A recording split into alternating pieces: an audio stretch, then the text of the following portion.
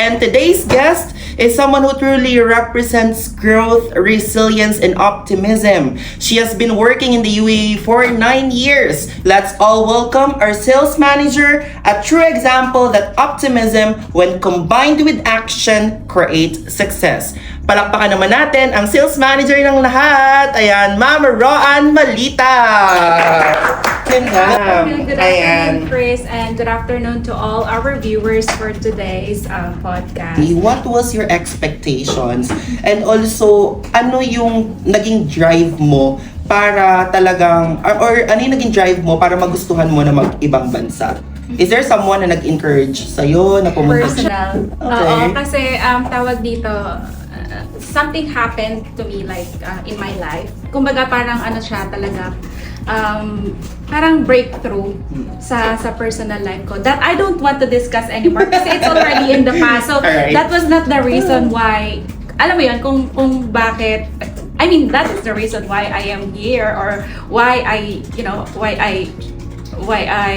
tawag dito, kung bakit ako, why I decided to fly to Dubai. What was your mindset na lang, ma'am, when you first landed in the US? Sabi ko nga, gusto kong magkaroon ng change sa buhay ko. So, actually, na nagpunta ako dito, I was just like 26 siguro, parang ganon. So, yung mindset ko talaga nun is mag-ipon. Ang nasa isip ko lang that time, to be honest, is makaipon and to start on my own, ganon. The mindset that I have that time, yung pinakang ano ko lang talaga is may survive ko yung sarili ko. Actually, I think everyone naman na nag-try na mag-abroad, na mag-UAE, is, alam mo yon, makasurvive ka lang, right? Exactly. Not everyone talaga na who are trying to pursue their careers, their professions, will really land on to that kind of field or profession, di ba? Si Ma'am Roan is from the medical field and now she is a sales manager in a travel industry. Nung college and yung profession natin, it all comes with hospitality talaga. It is, yes, so, it dun is. talaga siya nagko-connect. And we are Filipinos, Yes. you know? And we are known for that. Exactly. Was there ever a moment you felt like giving up? Like, di ba, sabi nga nila kapag ikaw baguhan ka dito sa UAE, talagang somehow or parang somewhere in your life maano mo maiisip mo na mag-give up kasi hindi ka talaga madadalian or let's say mahirap talaga siya kapag nag-i-start up ka. Was there a time na gusto mong mag-give up? Nag-start ako dito sa UAE kasi my mindset is para talagang magsimula, okay? Like talagang breakthrough ng buhay ko.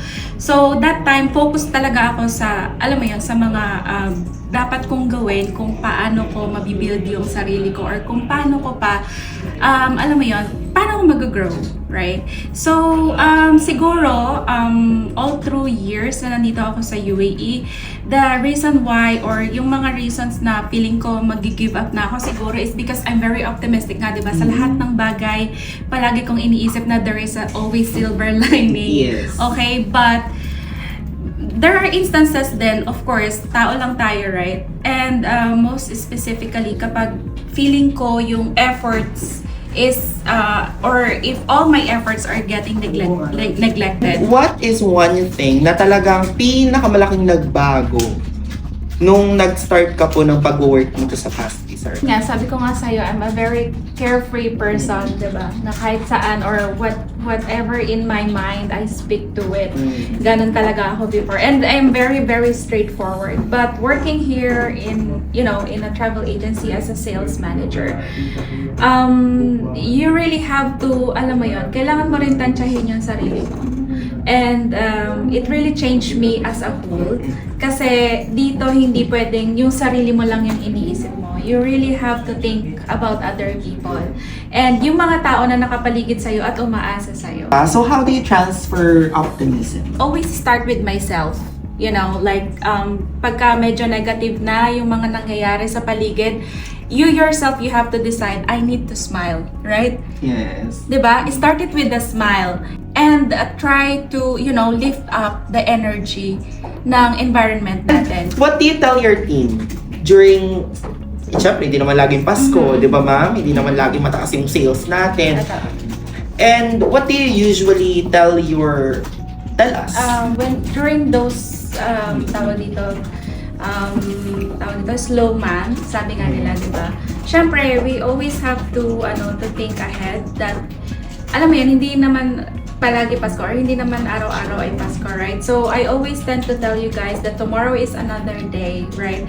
Kung ngayon man you feel like you are not productive, then do something. Hindi, di ba sabi nila tomorrow is another day, maghihintay ka lang? No, of course not. When I say tomorrow is another day, there is an opportunity for you today, ano yung ginawa mo para magkaroon ka or para maging effective ka the next day.